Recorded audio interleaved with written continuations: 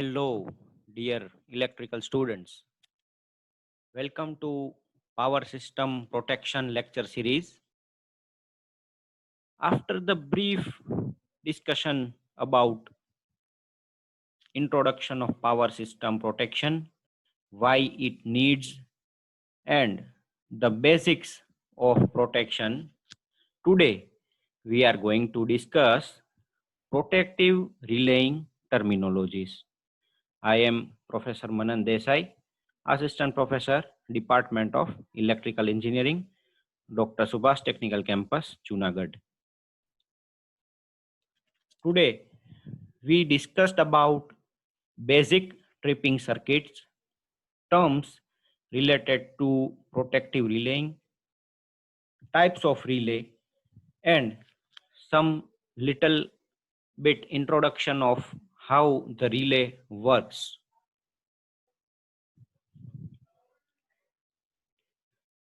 So now start with basic tripping circuit. Students, as you see here, that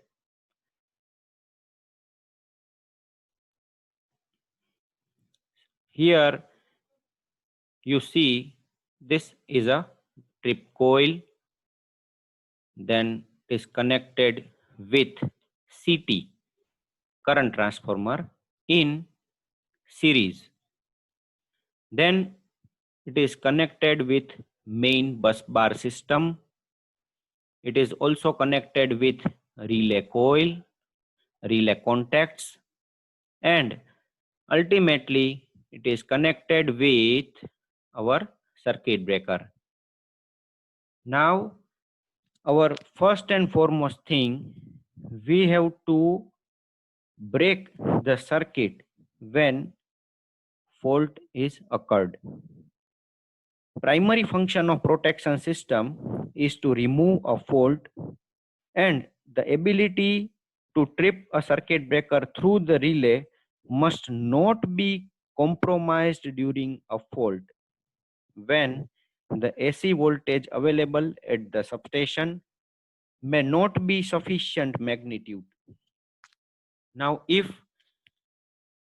the current transformer is not sensed the proper fault, the trip circuit will not going to be tripped and it will not signaled the circuit breaker.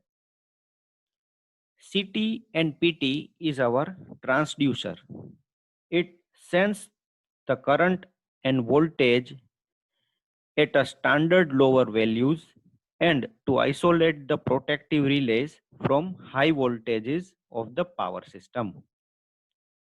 They constitute a major component of the protection system, and it is discussed with this image. Protective relays detect and locate the fault and issue a command to circuit breaker. It will command the circuit breaker to trip the contact when the power system is going to be in faulty condition. CT and PT actuates and closes its contacts to complete the trip circuit. Current flows from the battery. Current flows from this battery in the trip circuit. As the trip coil of the circuit breaker is energized, the circuit breaker operating mechanism is actuated and it operates the opening operation to disconnect the faulty element. As you know, what is a circuit breaker? Circuit breaker is a mechanical switching device capable of making, carrying, and breaking the current under normal circuit conditions and also making, carrying for a specified time and automatically breaking circuit conditions on faulty conditions. A protective relay detects the abnormal conditions and sends the tripping signal to the circuit breaker. A circuit breaker has two contacts, fixed contact and moving contact. Under normal conditions, these two contacts remain in closed position. When the circuit breaker is required to isolate the faulty part, the moving contact moves to interrupt the circuit, resulting in the formation of an arc between the contacts. The medium in which the circuit interruption is performed is designed by suitable prefix such as oil circuit breaker, air circuit breaker, air blast circuit breaker, aseptic circuit breaker, or vacuum circuit breaker. Relay is the main part of a protective system and its primary function to remove the fault and from the circuit breaker when the AC voltage is available. In case of closing the three-phase fault, means a symmetrical fault, the AC voltage at the substation can be 0. Okay, as you see, when three-phase to ground fault occurs, means symmetrical fault occurs, there is no voltage. So it is 0. So therefore, the tripping power as well as the power required by the relays cannot be obtained from the AC system. So how can we trip the coil? So the battery, which is permanently connected with the system and through the charger to the station AC service. The charger is of a sufficient volt ampere capacity to provide all steady state loads powered by the battery. The battery should also be rated to maintain adequate DC power for 8 to 12 hours when station is going to be blocked out. Terms related to protective relaying. Now, energizing quantity. First of all, what is energizing quantity? So, it is an electrical quantity which is a merger of voltage and current or either voltage or current alone required for the operation of the relay. So depends on energizing quantity, relay will actuate. Then tripping circuit, we have discussed already. It is a circuit that controls the circuit breaker for opening operation and comprises of trip coil, relay contacts, auxiliary switch and battery supply. Now, characteristic quantity. It is designed for determining the response of the relay. Some relays have graded response to one or more quantity called characteristic quantity. Now, next one, burden. We can say power consumption of relay. It is a value of power consumed by the relay circuit at the rated current or voltage, and it is expressed in volt ampere for AC and watt for DC. So mainly burden, it is connected the load which is directly connected to the relay. Now pickup, it is the value, or we can say it value when which value the relay has to be pick up or operate. Its definition is pick up when it moves from the off position to on position. So it is a value where the relay has sensed some current or voltage, and if it is above the rated or predefined value, the relay will going to on position. Now, operating or pickup relay. It is a value that actuating quantity which is on the threshold above which the relay operates and close its contacts. If the current in the relay is less than the pickup value, the relay does not operate and the breaker operates by its remain in the closed position. Now, operating force or torque. It is the force which tends to close the relay contact. And restraining force means it is likely to be opposed. It is force or torque which oppose the torque and tends to interrupt the closure of the relay contact. Okay, understand?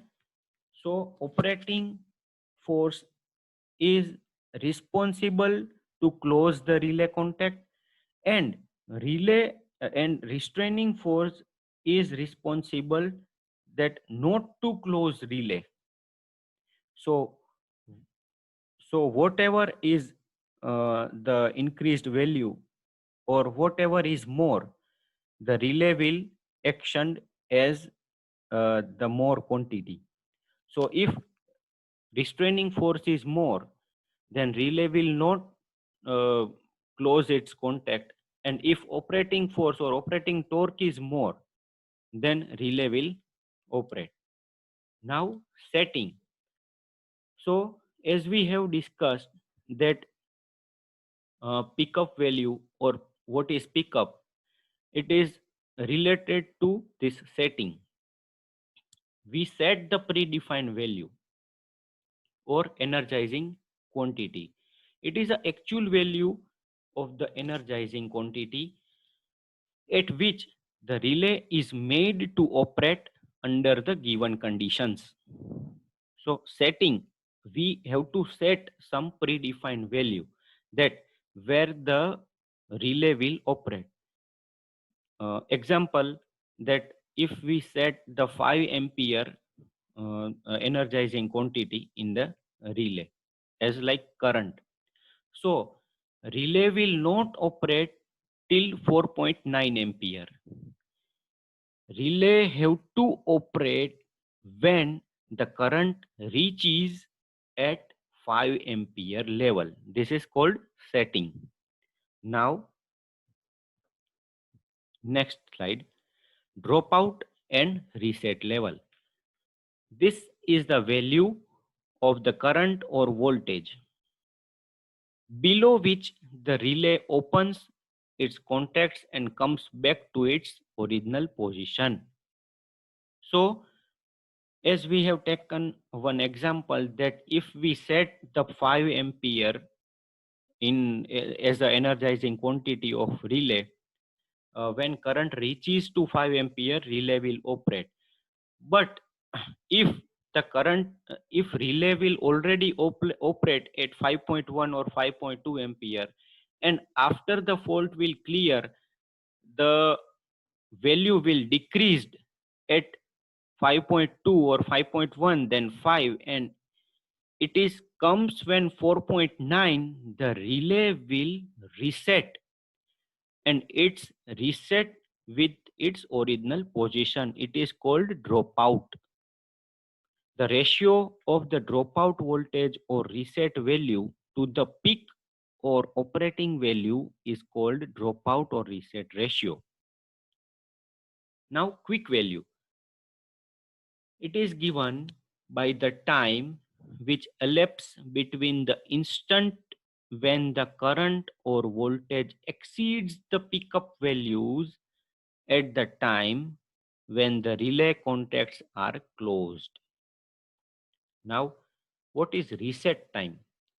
It is the time which passes away between the instant when current or voltage, whatever the actuating quantity are. If current, then it's reset time for current, or if it is voltage, then reset time for voltage. So it will becomes less than the reset value at the time when relay contacts are closed. Okay, understand? Then seal-in coil. This coil does not allow the relay contacts to open when the current flow through them. So seal-in coil is is operated when relay will relay have finished their work and the current is set to in seal-in coil. So after the resets, relay will again uh, uh, active.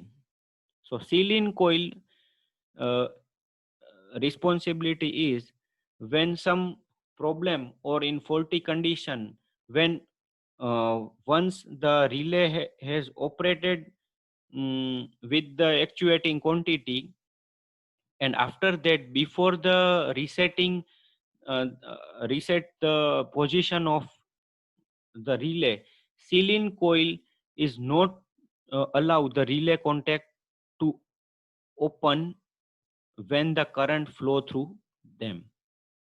Then overshoot time. This is the time during which stored operating energy is dissipated after the characteristic quantity has been suddenly restored from the specified value to the value which it had at initial position of the relay. Now, fault clearing time. It is discussed in previous lecture that what is fault clearing time, what is total operating time, what is breaker operating time. So again, we revised it that it is the time between the existence of a fault and at the time of final arc quenching in the circuit breaker is called the fault clearing time. It is a total fault clearing time. Then breaker time. It is the time between termination of fault and final arc quenching in a circuit breaker is called breaker time. Then what is relay time? So the existing of fault and closer the relay, this time is called as a relay time. And reach, it is defined as the limiting distance covered by the operation, the fault beyond which are not within the reach of protection and should be covered by the other relay. It is called reach. Reach means relay has to set up for some predefined load or predefined value. It is called its reach. Beyond its value, it is not operated. So it is called a reach. Now, for the next slide, we will discuss about types of relay.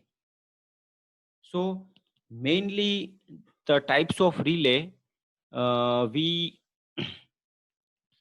can see that it is depend on the working of what the applications needs. If we have to measure something or which we have to compare something or which we have to control something, so it is depends on some various tasks which relates to our applications.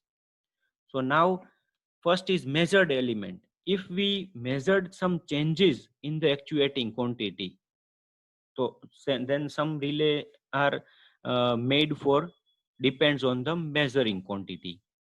Then comparing the element. If we compare the actuating quantity on the relay with a pre-selected relay setting, then some of relays are made up for comparing elements.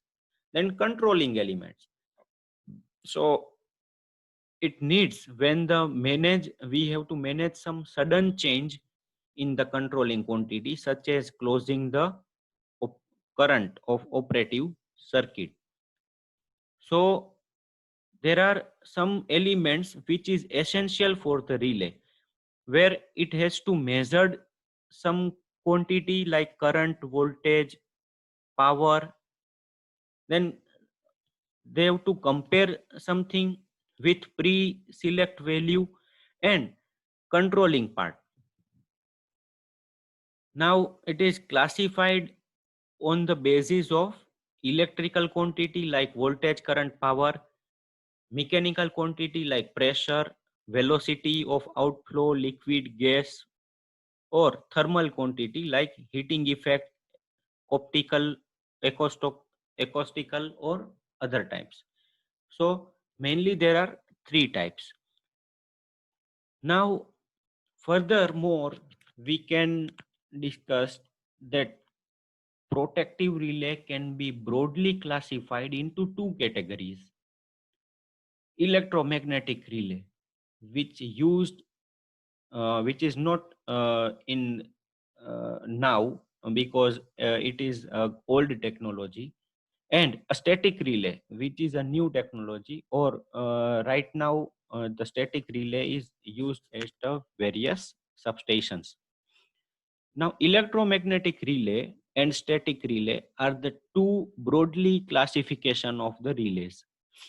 According to the principle and operation of construction, the relay may be classified such as this is a sub classification: electromagnetic attraction type, electromagnetic induction type, then electrodynamic type, then moving coil type, then electrothermal type, and static relays.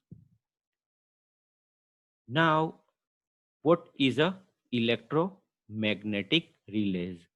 So as you see, this coil energized and it attracts the plunger and close the contact of the tripping coil, and the application are actioned here, and it is depend on relay contacts.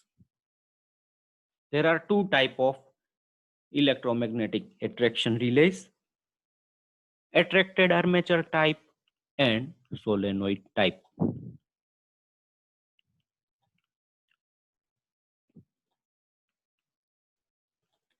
So in attracted armature type relay operation, it is depend on the movement of armature under the influence of attractive force due to magnetic field set up by the current flowing through the relay winding. This is winding.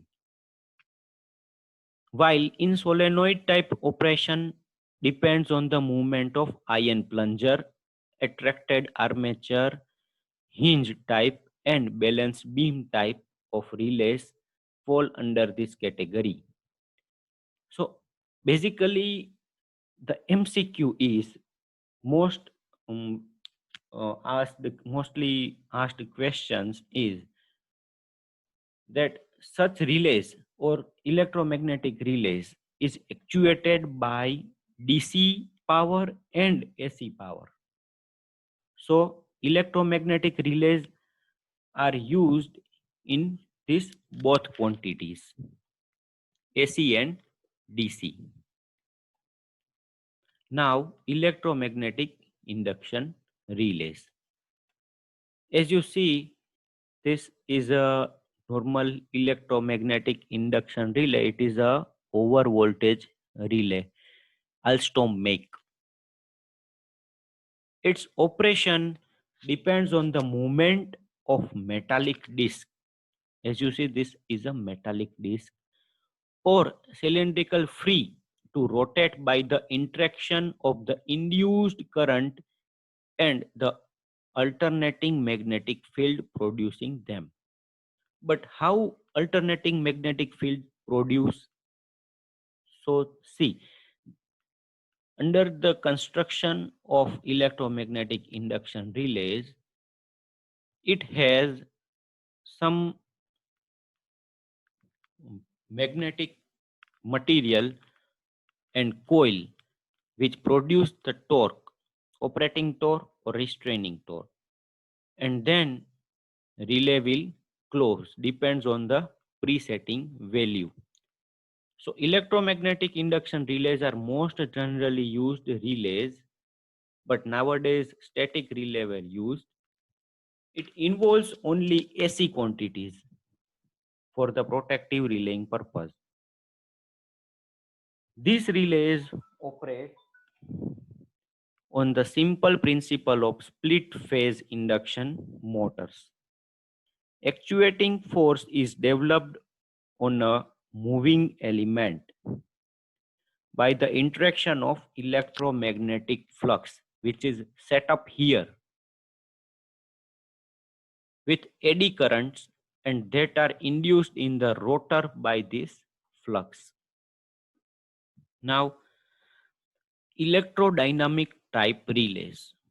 In electrodynamic type relays, moving member consists of a coil free to rotate in the electromagnetic field, as in the case of moving coil instrument. Now, moving coil type relays. In moving coil type relays, moving member consists of coil free to rotate in the air gap of a permanent magnet. In this relay, the magnetic coil freely rotates in the magnetic field of a permanent magnet. The field developed due to flow of actuating current in the coil. This coil is used in inverse time characteristic, where what is inverse time characteristics, where when the more current or more actuating quantity as a current, the time of operating the relay is decreased. So if the 5 ampere is a pickup and the fault will come through the city and it will 10 ampere, then the operating time of a relay will decrease automatically. So more current, more fault current, and less the time of operating.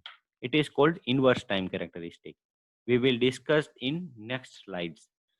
Such relay has uniform torque for different positions of the coil, and therefore it is can be accurately set. So moving coil type relays are more accurate. Now electrothermal relays. Electrothermal means we give the electrical quantity and the operation of the relays depends on the heat produced in the relay structure. So it is this movement is depends on the action of heat produced by the current flowing through the element. This is the relay contact. This is a biometric strip, heating coil, and trip coil. So when fault occurs, the heating coil will get heat. After some values and time, the bimetallic strip will change its shape, and after the predefined value, the relay contact will get closed. And if it will be closed, the tripping circuit will energize. See this, to CT. It is connected to CT. So when some increased value of current will sensed here, heating coil will get heat. It is indirectly connected with biometallic strip. It will change its shape and get in curve, and it gets the with its stress, this contact will push here, and after the connection with this relay contact, the trip circuit will energize. It is most widely used for the protection of low voltage squirrel cage induction motors or DC motors of lower output ratings. So it is used in a AC and DC motor over uh, overload protection. It is mostly used in overload protection. Now, static relays. Nowadays, it is used uh, in many substations, and our old technology, that is electromagnetic relay, is now outdated. A static relay refers to a relay in which there is no moving contacts, and response is developed by thermionic valves, transistors, and amplifiers. It is combination of both static and electromagnetic units. In static relay, the sensing is taken out by static circuit consisting comparators, detectors, and filters. So mainly we can say that static relays are electronics relays. It used transistor, diode, IC, and all the electronics component with programmed.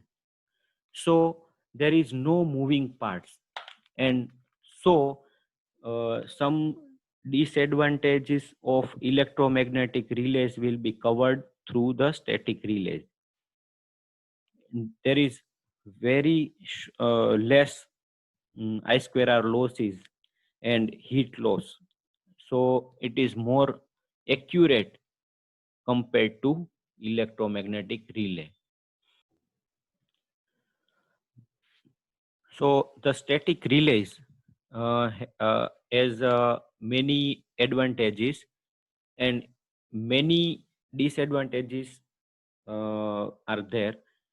So we right now we are moved towards the numerical relays, which is a new technology, and now many companies are mm, preferred for numeric or numerical relays.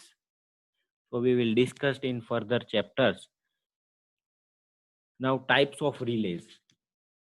According to applications, the relay may be classified as over voltage, over current, and over power relay, where the relay operates on these type of quantities above specified values.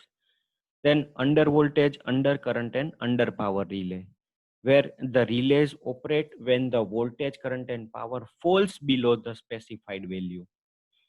Then directional or reverse current relay, where the relay operates when the applied current assumes a specified phase shift on the supply voltage, and the relay is compensated for the fall in the voltage. Directional or reverse power relay means the relay operates when the applied voltage and current assumed specified space displacement, and no compensation is allowed for fall in voltage. Then differential relay, where the relays operate when some specified phase or magnitude difference between two or more electrical quantities. So it is differ those quantities and actuate the relay. Distance relay. The ratio of voltage to current. It is this relay is depends on the ratio of voltage to current according to time characteristics. So it decides that whatever the distance are, if it is in preset values of ratio, then it will actuate. Then instantaneous relays. It will action or active instantaneously. So these relays have 0.2 second operation. It is time required for the operation is 0.2 second. Definite time lag relays means it is a predefined value. and it will operate on predefined time lag. In this relays, time of operation is sensibly independent of the magnitude of the current. It is not dependent on the magnitude of current, whatever the magnitude of current are. If it is 4.9 ampere, 5 ampere, 5.2, 5.3, whatever the amperes are. But we have to set the time that 0.1 second, 0.2 second, or 0.3 second, 0.5 second. So whatever the magnitude are, if we set the 0.3 seconds, then it will operate after 0.3 seconds. It is not depend on the magnitude of the current. Understand? Now inverse time lag relays means the magnitude of the current or other quantity causing problems is inversely equal to the time requires for the operation. Means where the current quantity or other voltage or power where it is inversely equal to the time. Inversely equal means if it is more, then time taken is less. It is called inverse time lag relays. Then inverse definite minimum time lag relays, IDMT. IDMT relays are those relays where the time of operation is approximately equal to the lesser values of current and other quantities like voltage and frequency. So causing operation and tends to be a specific minimum time as the value rises without limit. So till now we have discussed